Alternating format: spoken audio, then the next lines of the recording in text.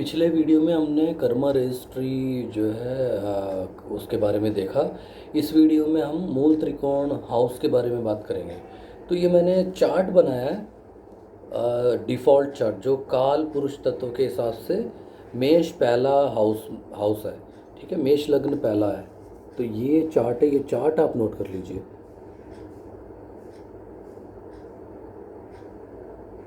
मैं आपको एक एक करके बता भी देता हूँ। ये डिसेंडिंग ऑर्डर में आएगा। मेष, उसके बाद ये वृष, तीसरा मिथुन, चौथा कर्क, पांचवा सिंह, छठा कन्या, सातवां तुला। मैंने नंबर भी लिखे हैं उन हाउस के पास में। वृश्चिक 8, धनु 9, मकर 10, कुंभ 11, मीन 12। तो ये मीन हाउस जो है काल पुरुष तत्व के हिसाब से 12वां हाउस माना जाता है, 12वां भाव माना जाता है। तो पहला भाव आपका मेष से लेकर ही शुरू होगा। आपका लग्न इन 12 भावों में से, 12 हाउस में से कोई सा भी हो सकता है। आपका मेष लग्न भी हो सकता है, मिथुन लग्न भी हो सकता है, कर्क हो सकता है, धनु हो सकता है, मकर हो सकता है, कोई सा भी लग्न हो सकता है। ठीक है, ये डिफ़ॉल्ट चार्ट है काल पुरुष तत्व के अकॉर्डिंग। तो ये आपने नोट कर लिया होगा, मैं उम्मीद करता हूँ। ये इसके बगल में देखिए, मैंने प्लैनेट और नक्षत्र लिखा है, तो इसको भी आप एज इट इज़ नोट कर लीजिए। मैं इसके बारे में बताता हूँ। ये जो सूर्य है, सूर्य के सामने ये हस्त नक्षत्र है, चंद्र के आगे मृगशीर्ष, मंगल के आगे उत्तराषाढ़ा,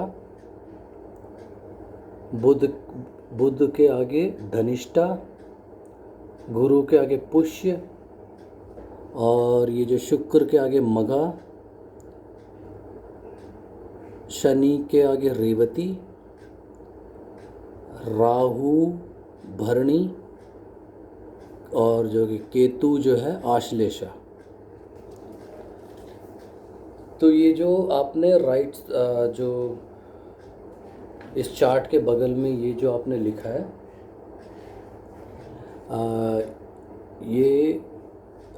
ये जो प्लैनेट्स हैं इन नक्षत्र में ये उत्पन्न हुए हैं। ठीक है, ये कॉन्सेप्ट आपको समझ में आना चाहिए। ये अगर आपको समझ में आ गया और कर्मा रजिस्ट्री समझ में आ गई, तो आपको भाव चक्र भी समझ में आ जाएगा। और नेक्स्ट वीडियो जो है प्रोफेशन पे मैं डालूँगा, वो भी आपको समझ में आएगा। वो पैटर्न वगैरह, उसमें डीएनए पैटर्न थोड़ा अप्लाई होगा, तो वो समझने के लिए आपको ये समझना ज़रूरी है।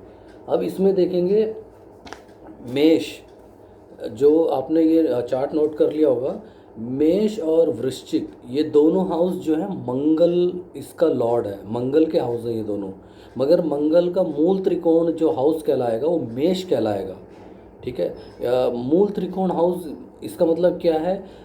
24/7 365 डेज मंगल जो है इस घर का काम करता रहेगा। वो चाहे 12 भाव में से कहीं भी हो, इस घर का काम वो करता रहेगा। ठीक है, ये मूल त्रिकोण का कॉन्सेप्ट है। ये जो नॉर्मल एस्ट्रोलॉजी प्रैक्टिस कर रहे हैं उन्हें मालूम होगा, और हम इसको डिटेल्ड विस्तार से इस वजह से बता रहे हैं ताकि जो ज़ीरो से शुरू कर रहा है, जो एस्ट्रोलॉजी सीखना चाहते हैं, जो सीख रहे हैं ज़ीरो लेवल पे हैं, उन्हें भी समझ में आए आसानी से। तो ये मूल त्रिकोण मंगल का जो है मेष होगा। और अब जो है वृष और तुला, ये दो हाउस का जो लॉर्ड है, ओनर है, वो शुक्र है। ठीक है, और शुक्र का जो मूल त्रिकोण हाउस होगा वो तुला होगा। अब ऐसे ही आप नेक्स्ट आ जाइए, मिथुन और कन्या, इन दो हाउस का लॉर्ड जो है बुध है, मगर जो कन्या हाउस है वो मूल त्रिकोण है बुध का। ठीक है, सिंह कर्क जो है इस पे किसी प्लैनेट की कर्मा रजिस्ट्री नहीं है, तो इसके बारे में बाद में बताऊंगा। सिंह हाउस जो है सूर्य का मूल त्रिकोण हाउस है। ठीक है, ऐसे ही ऋषभ जो है चंद्र का मूल त्रिकोण हाउस है। अब आ जाइए धनु और मीन, ये दोनों गुरु के हाउस हैं।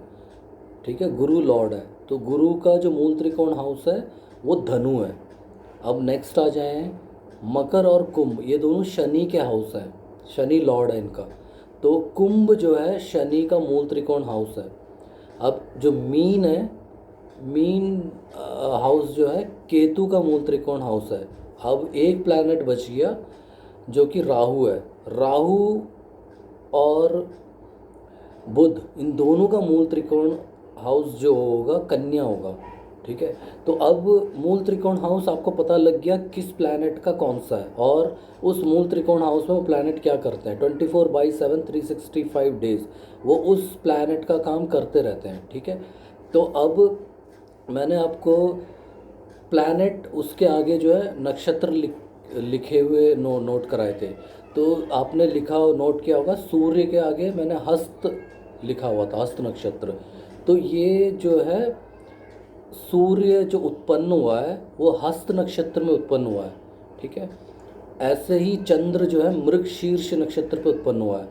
मंगल उत्तराषाढ़ा नक्षत्र पे उत्पन्न हुआ है। बुध धनिष्ठा, गुरु पुष्य, शुक्र मघा, शनि रेवती, राहु भरणी, केतु आश्लेषा।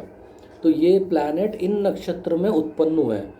अब ये नक्षत्र जो है सूर्य का नक्षत्र नहीं है। अभी ये जैसे सूर्य हस्त नक्षत्र में उत्पन्न हुआ है तो ये सूर्य का नक्षत्र नहीं है।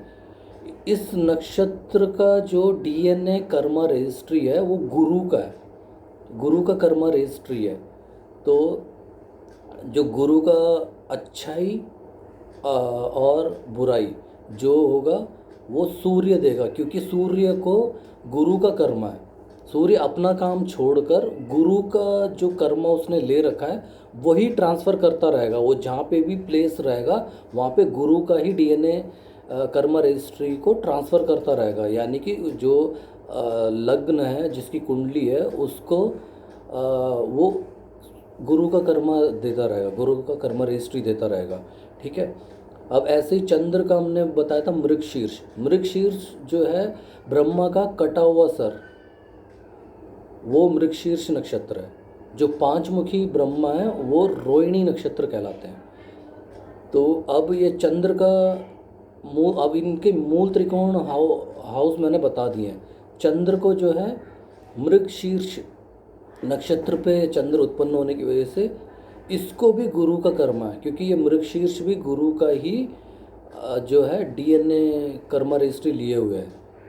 और मंगल, मंगल उत्तराषाढ़ा नक्षत्र में उत्पन्न हुआ है। ठीक है, अब मंगल को भी जो है गुरु का ही कर्म रजिस्ट्री है। तो अभी आप देखेंगे सूर्य चंद्र मंगल इन तीनों को गुरु का कर्म रजिस्ट्री है। मगर मंगल को एक एडिशनल श्राप है, वो क्या है, कन्या का श्राप है। ठीक है, अब मंगल का जो मूल त्रिकोण हाउस है वो मेष है। अब यहाँ पर ये क्या कर्म रजिस्ट्री देगा, गुरु का कर्म रजिस्ट्री देगा प्लस कन्या का श्राप देगा ये। ठीक है, और अब आते हैं बुध। बुध का जो मूल त्रिकोण हाउस है वो कन्या है, राहु का भी कन्या है। तो बुध जो है धनिष्ठा नक्षत्र, धनिष्ठा जो है शनि का कर्म रजिस्ट्री है धनिष्ठा नक्षत्र को। तो बुध को जो है शनि का कर्म रजिस्ट्री है, क्योंकि ये इस धनिष्ठा नक्षत्र में उत्पन्न हुआ है। ठीक है, तो अब बुध का जो मूल त्रिकोण हाउस है कन्या, तो इस कन्या पे शनि का कर्म रजिस्ट्री हमेशा रहेगा बाय डिफ़ॉल्ट। कर्म शनि का कर्म रजिस्ट्री यही देगा। अब शनि का कर्म रजिस्ट्री हमने बता दिया, तो ये क्या क्या इम्पैक्ट करेगा। तो ये जो है आप देखेंगे जो भी कन्या लग्न में जो बच्चे पैदा हो रहे हैं उनके फैमिली और ब्लड रिलेशन में देखिए लॉन्ग लाइफ भी होगी उस फैमिली ट्री में, और शॉर्ट लाइफ भी होगी उस फैमिली ट्री में। ठीक है, तो ये कर्म रजिस्ट्री है, प्लस एंड नेगेटिव, अच्छाई और बुराई दोनों है कर्मा में। कर्मा का मतलब ही ये है, अच्छाई और बुराई दोनों मिलकर है, यानी कि पॉजिटिव और नेगेटिव बोथ। अब गुरु, गुरु जो उत्पन्न हुआ है पुष्य नक्षत्र में हुआ है, और पुष्य जो है राहु का डीएनए कर्म रजिस्ट्री है इसको। तो अब गुरु का जो मूल त्रिकोण है वो धनु हो गया, तो ये राहु का कर्मा देगा यहाँ पे। अभी मान लीजिए कोई बच्चा धनु राशि में पैदा हो रहा है तो उसको राहु का डीएनए कर्मा ज़रूर होगा। उनकी फैमिली ट्री में और उनके ब्लड रिलेशन में breathing issue, TB, tumour, cancer से रिलेटेड इशू ज़रूर होगा। ठीक है। और ये पुष्य नक्षत्र जो है, राहु का जो डीएनए कर्म रजिस्ट्री लिया हुआ है, तो ये एक और क्या, एक चीज़ और क्या इंडिकेट करता है, पितृदोष इंडिकेट करता है। अगर कोई बच्चा धनु राशि, धनु लग्न में पैदा हो रहा है, यहाँ ये राशि फल नहीं है, हम लग्न के बेस पर ही जो है इसको फॉलो कर रहे हैं, तो आप लग्न के हिसाब से ही फॉलो करते आइए। तो धनु लग्न में अगर कोई बच्चा पैदा हो रहा है तो उसको ज़रूर पितृदोष है, इसी वजह से उसकी फैमिली को पितृदोष है, इसी वजह से वो धनु लग्न में पैदा हुआ है। बिना पितृदोष के कोई बच्चा धनु लग्न में पैदा हो ही नहीं सकता, 100% है ये। ठीक है, ये आप फॉलो कर लीजिए। अब अगला आते हैं शुक्र। शुक्र का जो मूल त्रिकोण हाउस हमने बताया था वो तुला है। अब शुक्र जो है मघा नक्षत्र में उत्पन्न हुआ है। अब ये मघा नक्षत्र जो है, इसको चंद्र का कर्मा रजिस्ट्री है, डीएनए कर्मा रजिस्ट्री है। तो ये चंद्र का प्लस एंड माइनस, अच्छाई बुराई दोनों देगा।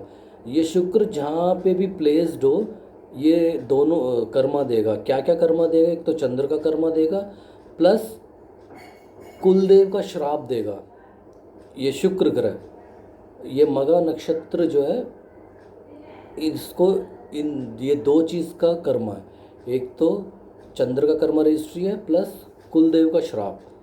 तो ये जो है तुला हाउस पे 24/7 365 डेज, यानी कि हमेशा ये एक्टिवेट रहेगा यहाँ पे। ठीक है। अगर कोई बच्चा तुला लग्न में पैदा होता है, उसको उसके कुलदेव का दोष है, इसमें कोई दो राय नहीं है। बिना कुलदेव के दोष के ये बच्चा तुला लग्न में पैदा हो ही नहीं सकता। और जो है शुक्र जो है कुलदेव के श्राप को या फिर कुलदेव की दोष को इंडिकेट करने वाला प्लैनेट है शुक्र। अब शनि पे आ जाते हैं। शनि का जो मूल त्रिकोण हाउस है वो कुंभ है। ठीक है। शनि जो है रेवती नक्षत्र में उत्पन्न हुआ है। अब ये रेवती नक्षत्र को जो है मंगल का कर्म रजिस्ट्री है। तो इसका मतलब क्या हुआ, कुंभ पे जो है बाय डिफ़ॉल्ट, क्योंकि ये शनि का मूल त्रिकोण हाउस होने के कारण इसमें ये मंगल दोष देगा। ये वाला हाउस 11वां हाउस कुंभ हाउस मंगल दोष देगा। ठीक है। अब नेक्स्ट आते हैं राहु। जैसे कि मैंने पहले बताया, राहु और बुध दोनों का मूल त्रिकोण हाउस एक ही है, कन्या। तो अब कन्या जो है राहु का भी मूल त्रिकोण हाउस होने के कारण इसमें जो है राहु इसमें भरणी में उत्पन्न हुआ है। तो ये भरणी जो है चंद्र का डीएनए कर्म रजिस्ट्री लिए हुए है, तो ये चंद्र का भी कर्म रजिस्ट्री देगा। अब चंद्र का कर्म रजिस्ट्री 2 हाउस दे रहा है, 6 कन्या 7 तुला, ये दोनों हाउस चंद्र का कर्म रजिस्ट्री दे रहे हैं। मगर कन्या में क्या है, शनि भी इसमें ऐड है, तुला में सिर्फ चंद्र का कर्म रजिस्ट्री है, और प्लस जो है आपको कुलदेव का श्राप, कुलदेव दोष जिसको बोलते हैं। अब आ जाते हैं केतु। केतु का जो मूल त्रिकोण हाउस है वो मीन है। तो केतु आश्लेषा नक्षत्र में उत्पन्न होने की वजह से इस आश्लेषा नक्षत्र को सूर्य का कर्म रजिस्ट्री है। तो ये केतु जो है मीन हाउस में हमेशा 24/7 365 डेज हमेशा ये सूर्य का कर्म रजिस्ट्री देगा यहाँ पे। ठीक है, ऐसे आपको फॉलो कर लेना है। इसका ये जो हस्त नक्षत्र है, ये मृगशीर्ष उत्तराषाढ़ा, ये डीएनए पैटर्न मैंने पिछली वीडियो में बता दिया था। ये कौन कौन से नक्षत्र हैं जो डीएनए कनेक्टेड हैं।